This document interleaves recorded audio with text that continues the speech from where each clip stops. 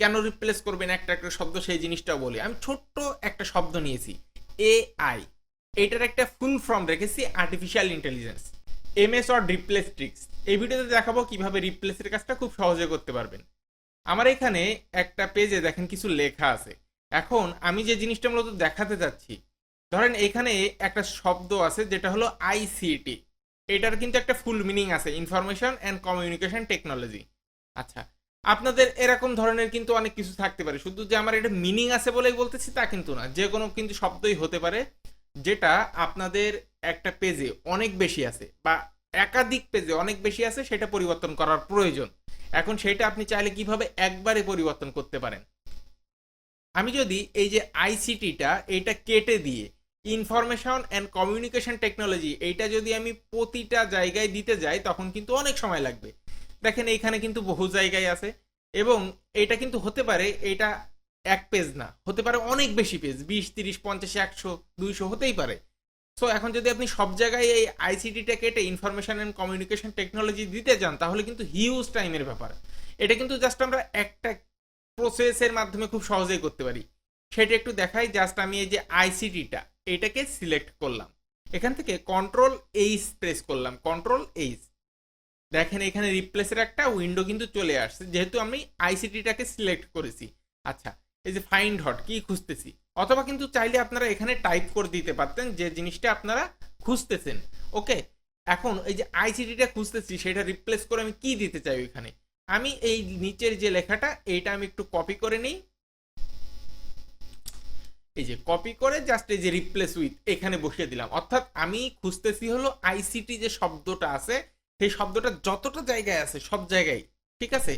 এবং সেটা কিন্তু আমি রিপ্লেস করে ইনফরমেশন অ্যান্ড কমিউনিকেশন টেকনোলজি এইটা পরিবর্তন করতে চাই। আচ্ছা, এটা কিন্তু আমরা জাস্ট এই যে রিপ্লেস অল এই যে বাটনটা আছে এখানে ক্লিক করলে দেখেন 16টা জায়গায় কিন্তু ছিল, 16টা জায়গায় একবারেই পরিবর্তন হয়ে গিয়েছে। জাস্ট আপনারা একটু দেখেন এখানে যত জায়গায় আইসিটি ছিল তত জায়গায় কিন্তু আপনার ইনফরমেশন অ্যান্ড কমিউনিকেশন টেকনোলজি হয়ে গিয়েছে। সো এইভাবে কিন্তু আপনাদের যদি অনেক অনেক পেজ থাকে, এরকম যদি কোনো শব্দ পরিবর্তন করার প্রয়োজন পড়ে, অবশ্যই কিন্তু খুব সহজেই করতে পারবেন রিপ্লেসের মাধ্যমে। রিপ্লেস অল না করে একটা একটা শব্দ যদি রিপ্লেস করতে চান, কেন রিপ্লেস করবেন একটা একটা শব্দ সেই জিনিসটাও বলি। আমি ছোট্ট একটা শব্দ নিয়েছি, এআই। এইটার একটা ফুল ফর্ম রেখেছি আর্টিফিশিয়াল ইন্টেলিজেন্স।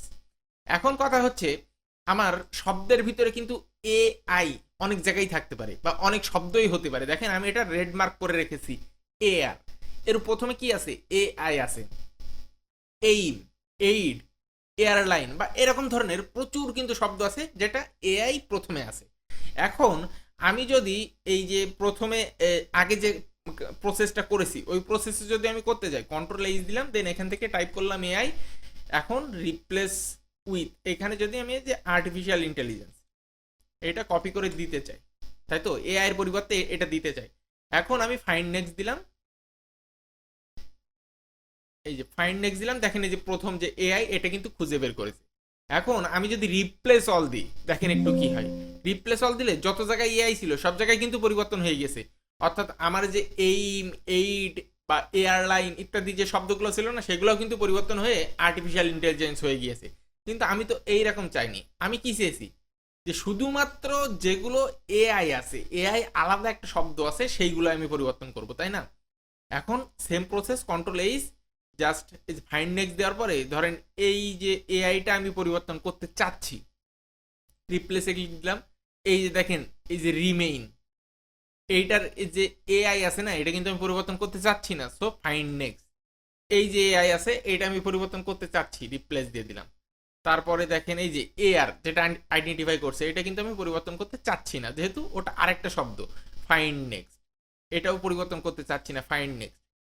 এইভাবে কিন্তু আপনারা চাইলে শুধুমাত্র একটা একটা স্পেশাল অট কিন্তু পরিবর্তন করতে পারবেন রিপ্লেসের মাধ্যমে, অথবা যদি চান যে একটা শব্দ বা একটা লাইন আপনার অনেক জায়গায় আছে যেটা একবারেই পরিবর্তন করতে চান, রিপ্লেস অল দিয়ে কিন্তু সেই প্রসেসটা করতে পারবেন।